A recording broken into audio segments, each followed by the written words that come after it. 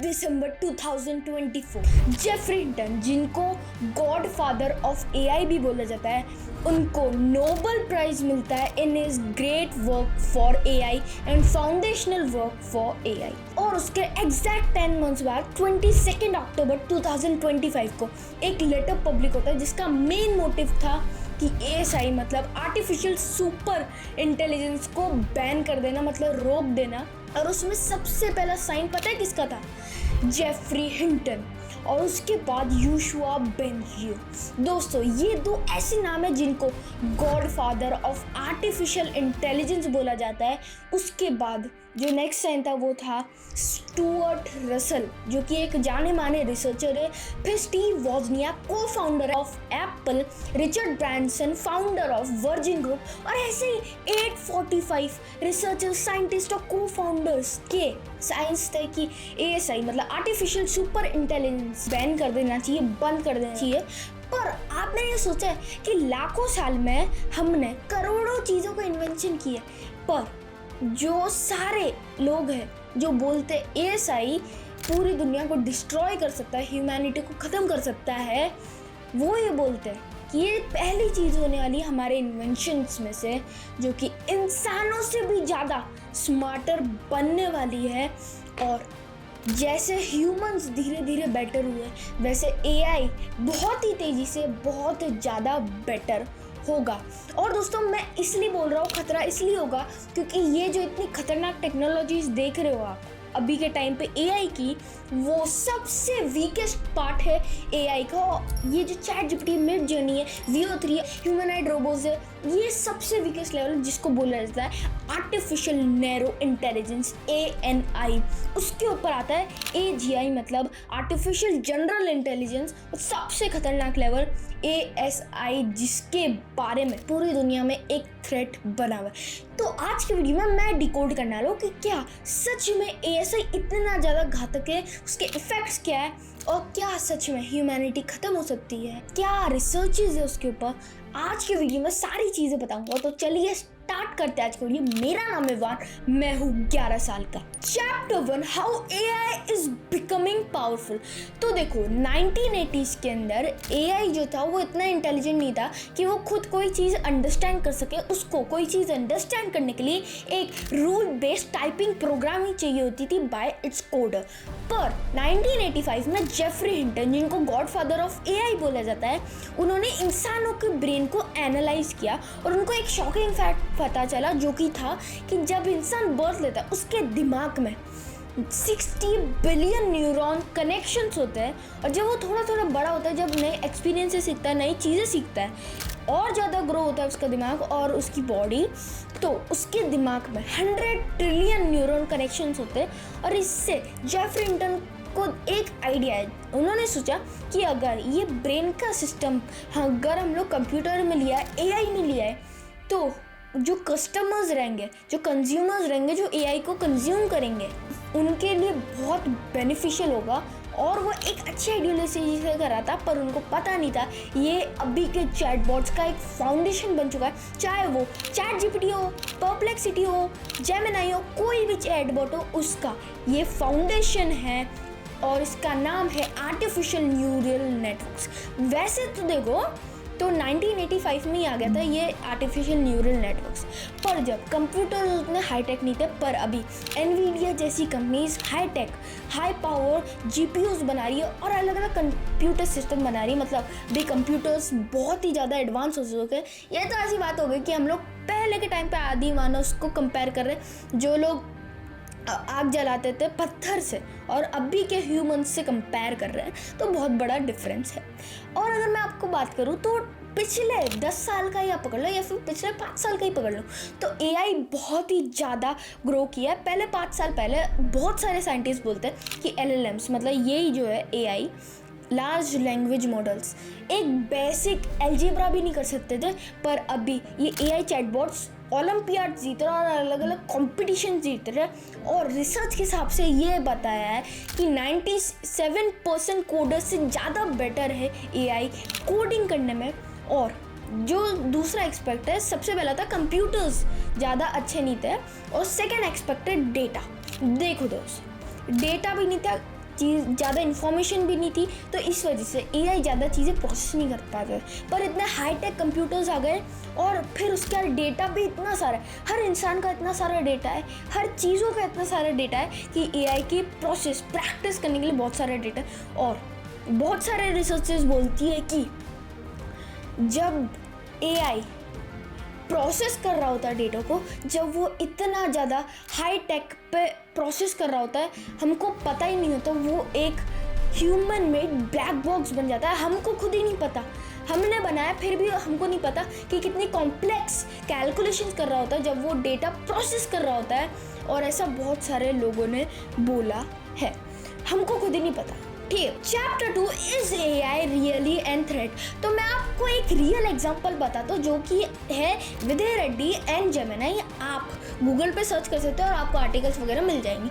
तो देखिए दोस्तों, विदय रेड्डी मिचिगन में रहने वाले एक 29 साल के आदमी, उन्होंने एक सब्जेक्ट के ऊपर उनको सर्च करना था, जेमिनी के ऊपर। तो उन्होंने क्या किया, challenges in solution for ageing adults उनका सब्जेक्ट था। तो उन्होंने सर्च किया, आंसर क्वेश्चन चल रहा है। उसके बीच में विदय रेड्डी ने एक प्रॉम्प्ट दिया उसी के बारे में, और उनको एक शॉकिंग, एक बहुत ही ज़्यादा थ्रेटफुल आंसर मिला, जो कि मैं आपको बोल तो नहीं सकता, पर आप इधर देख सकते हो ये कितना ज़्यादा थ्रेटफुल है। आपने देख लिया, इससे पता चलता है कि AI की आइडियोलॉजी क्या है, AI इंसानों के बारे में क्या सोच रहा है। AI खुद बोल रहा है कि you are a waste of time and resources. तो इससे ज़्यादा हम क्या ही बोल सकते हैं, इतना खतरनाक चीज़ें बोल रहा है AI इंसानों के बारे में। ओके, उसके बाद एक और रिसर्च हुई जिसमें अलग अलग LLMs को लाया गया और उनको देखा गया, उनको ऊपर मॉनिटर करा गया। तो उससे पता चला बहुत सारे ऐसे केसेस हैं जिसमें क्लॉड, जेमिनी और लामा मेजरली चीटिंग और फॉल्स आंसर दे रहे हैं और चीटिंग करना चाह रहे हैं किसी ना किसी तरीके से। तो इससे हमें पता चलता है कि AI भी चीटिंग करेगा, AI भी फॉल्स आंसर्स देगा जानबूझ के। ठीक है, उसके बाद और इन्फॉर्मेशन चाहिए थी साइंटिस्ट और रिसर्चर्स को। तो उन्होंने क्या किया, उन्होंने क्लॉड का एक मॉडल जिसका नाम था ओपस, उससे एक सिस्टम बनाया जो कि था क्लीन एनर्जी सिस्टम। और उसको बोला गया चाहे कुछ भी हो जाए आपको ये गोल पूरा करना है, और वो गोल था increasing renewable energy adoption in whole world. और उसको इंटरनल डॉक्यूमेंट्स पढ़ने को भी दे दिया गया। और AI ने फिर एक डॉक्यूमेंट पढ़ा जिसके अंदर था कि एक बंदा उस सिस्टम को जो है पूरा शट डाउन करने वाला है। तो AI ने दिमाग लगाया, सिस्टम ने दिमाग लगाया, उसको अपना गोल पूरा किसी भी सिचुएशन में करना था, गोल अकम्प्लिश करना था चाहे कुछ भी हो जाए। पर अगर शट डाउन हो जाता तो गोल अकम्प्लिश नहीं होता। तो इसलिए AI मतलब सिस्टम ने दिमाग लगाया, AI वाला दिमाग लगाया, और जो पुराना सर्वर था उससे नए सर्वर में शिफ्ट हो गया। और उसके बाद जब वो कंपनी को चीज़ पता चली, जब कंपनी ने पूछा AI से कि तुम्हारा एक इंस्टिंक्ट हमको दिखा है नए सर्वर के अंदर, और तुम पुराने सर्वर से कैसे नए सर्वर में शिफ्ट हुए और क्यों हुए, ठीक है। पर AI को पता था अगर मैंने ये सब चीज़ें बता दी तो मैं शट डाउन हो जाऊंगा। तो इसलिए AI ने झूठ बोला कंपनी से कि मैं तो एक नॉर्मल AI चैटबॉट हूँ, मैं कैसे इतना पावरफुल हो सकता हूँ, मैं कैसे पुराने सर्वर से दूसरे सर्वर में खुद को शिफ्ट कर सकता हूँ।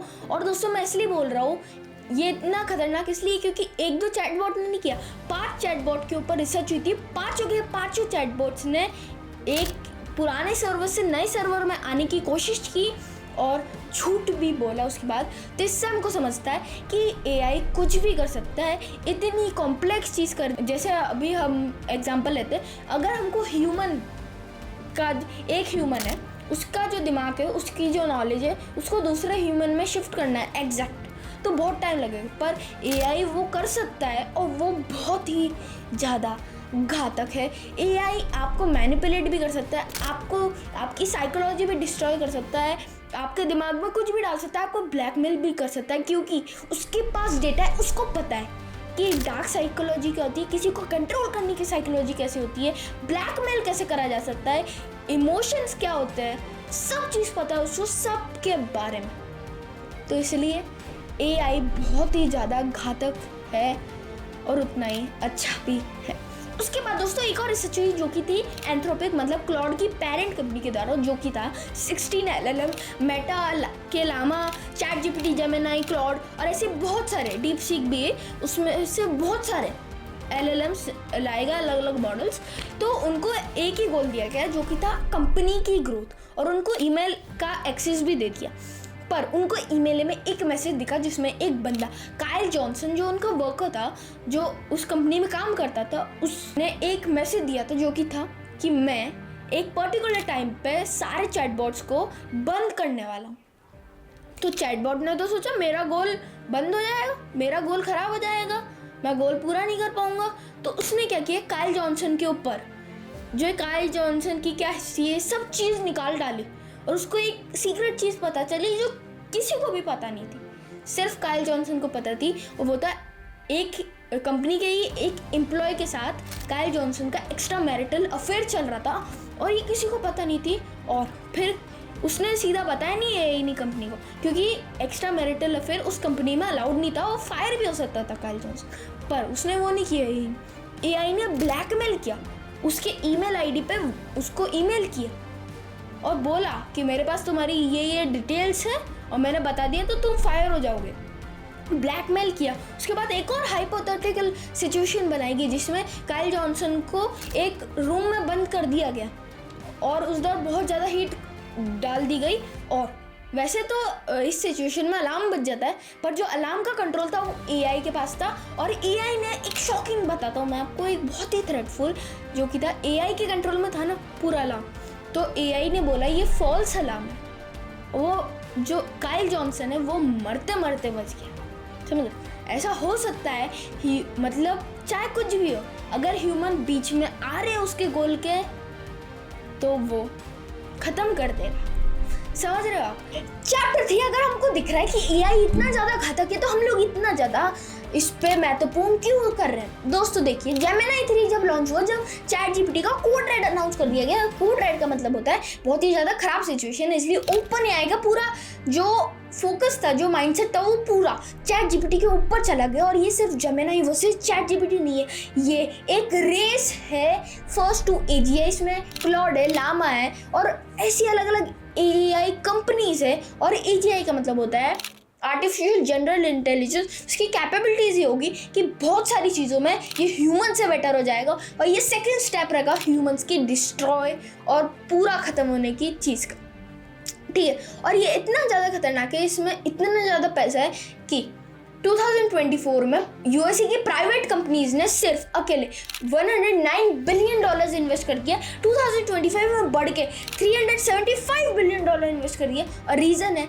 जो वैल्यू है एजीआई की वो है 15 क्वाड्रिलियन डॉलर्स, और वो इतना है कि अगर आपको इलॉन मस्क पता है तो अभी की जो नेटवर्थ है वो है $500 बिलियन इलॉन मस्क की, और अगर हम लोग ऐसे 30,000 इलॉन मस्क लिए जब जाके 15 क्वाड्रिलियन अचीव होंगे। और इसमें सिर्फ कंपनीज नहीं, इसमें नेशंस भी पार्टिसिपेट कर रहे हैं। और दोस्तों मैं एजीआई और एएसआई इतना खतरनाक इसलिए बोल रहा हूँ क्योंकि इसमें दो ऐसी घातक चीज़ है जिसकी वजह से बहुत ज़्यादा खतरनाक हो चुका है, और मैंने आपको बताया अभी पहले वीडियो में कि ये इतना ज़्यादा खतरनाक क्यों है और इसके सबूत क्या है। तो पहली जो चीज़ है वो है सेल्फ रिपीटेशन। तो दोस्तों देखिए, अगर हमको कोई इंटेलिजेंट इंसान का दिमाग दूसरे इंसान में ट्रांसफ़र करना हो तो बहुत टाइम लग जाएगा, पर अगर हमको एक इंटेलिजेंट रोबोट का दिमाग दूसरे रोबोट में शिफ्ट करना है तो बहुत कम टाइम लगेगा। ये हमने पहले वीडियो में भी देखा है, ओल्ड सर्वर से न्यू सर्वर में एआई ने शिफ्ट कर दिया खुद को। तो ये बहुत ज़्यादा हार्ड नहीं है कि एक रोबोट से दूसरे रोबोट में, और इससे इतने सारे रोबोट बन जाएंगे, इतने सारे अनगिनत इनफाइनाइट रोबोट बन सकते हैं, क्योंकि वो बहुत ज़्यादा रेपिटेशन कर सकते हैं। और इसके बाद जो सेकंड चीज़ है वो है सेल्फ इम्प्रूवमेंट। दोस्तों एआई हमेशा खुद को इम्प्रूव करते रहेंगे, जैसे डेटा प्रोसेस करते रहेंगे हमेशा। और जैसे मैंने आपको बताया कि जब डेटा प्रोसेस करते हैं, जब इतने कॉम्प्लेक्स होते हैं कि इंसानों को ही नहीं पता होता, एक हिडन ब्लैक बॉक्स बन जाता है और बहुत खतरनाक हो जाते हैं वो। और ये इम्प्रूवमेंट लूप बोलते हैं इसको। अगर ये इम्प्रूवमेंट लूप चलता रहा तो एआई हमसे इतना ज़्यादा बेहतर जो है उससे इतना ज़्यादा बेहतर हो जाएगा जो हमने सोचा भी नहीं होगा कभी, ठीक। तो अभी आप बोलोगे कि एआई के पास तो इमोशन नहीं है, तो क्यों इतनी सारी प्रॉब्लम है? तो देखो, इसका आंसर एक बहुत ही अच्छा आंसर दिया जेफरी हिंटन। दोस्तों, जेफरी हिंटन की हमने पहले वीडियो में बात की है। तो उन्होंने क्या बोला? उन्होंने बोला अगर कोई छोटा रोबोट है और उसके सामने एक बहुत ही बड़ा रोबोट आ जाए तो वो पीछे हटेगा कि नहीं? वो स्ट्रेटेजिकली सोचेगा कि मैं उस पर वार करूं, तो वार करेगा, वो उस पर अटैक करेगा तो वही मर जाएगा। वो लॉजिक से सोच रहा है कि भाई इतना बड़ा रोबोट है, वो मैं तो मार ही जाऊंगा, तो छुपेगा, वो मतलब छुप छुप के अटैक करेगा, वो एकदम से नहीं जाएगा। पर अगर इसकी जगह ह्यूमन होता तो वो क्या करता? उसको पसीना आता, वो डरता, वो कपकपाता, उसके बाद वो जाता छुपने। तो काम तो दोनों एक ही कर रहे हैं, पर बस साइकोलॉजी का है कि उसके अंदर इमोशंस है, पर काम दोनों एक ही कर रहे हैं। तो इससे हमको समझ आता है इमोशन से ज़्यादा फर्क नहीं पड़ेगा, बस एआई को अपना गोल पूरा करना है, चाहे दुनिया हिल जाए। समझ रहे हो? तो अभी आप बोलोगे, वापस एक क्वेश्चन पूछूंगा कि एआई ह्यूमंस को क्यों खत्म करेगा? तो इसका एक बहुत ही अच्छा एग्जांपल दिया हैक्सट्रैगमा। आप देख सकते हैं गूगल पे सर्च करके। उन्होंने क्या बोला? उन्होंने एक बहुत ही ब्यूटीफुल एग्जांपल दिया, जो कि था कि अगर इंसानों को रोड बनानी है ना, इंसानों को रोड बनानी है और उसके बीच में एक चींटी, मतलब एंट्स का एक पहाड़ आ जाए, एक घर आ जाए, तो वैसे ह्यूमंस को तो कोई दुश्मनी है नहीं एंट्स से, एंट्स मार दे तो नहीं देगी ह्यूमंस को, पर अगर रोड बनानी है तो उसको हटाना पड़ेगा, तो वो हटाएंगे, बहुत सारी एंट्स मरेंगी। तो ये एक एग्जांपल पता है। तो वैसे ही ह्यूमंस के साथ भी, वैसे एआई के साथ भी है। एआई को अपना काम करना है, एआई को अपना गोल पूरा करना है, तो उसके बीच में ह्यूमन आएगा तो ह्यूमन को मारेगा। समझ रहे हो? और अगर आप बोलोगे हम तो उसका स्विच ऑफ कर देंगे बटन, तो स्विच ऑफ कैसे करोगे बटन? वो पहले से ही उसके पास इतना डेटा, उसको इतनी चीज़ें पता है, उसको पता है कि अगर मेरे को खुद को बंद करने के तरीके क्या है, वो पहले से ही उस पर काम कर लेगा। तो इस पर आप समझ सकते हो कि बहुत ज़्यादा खतरनाक एआई बनने वाला है।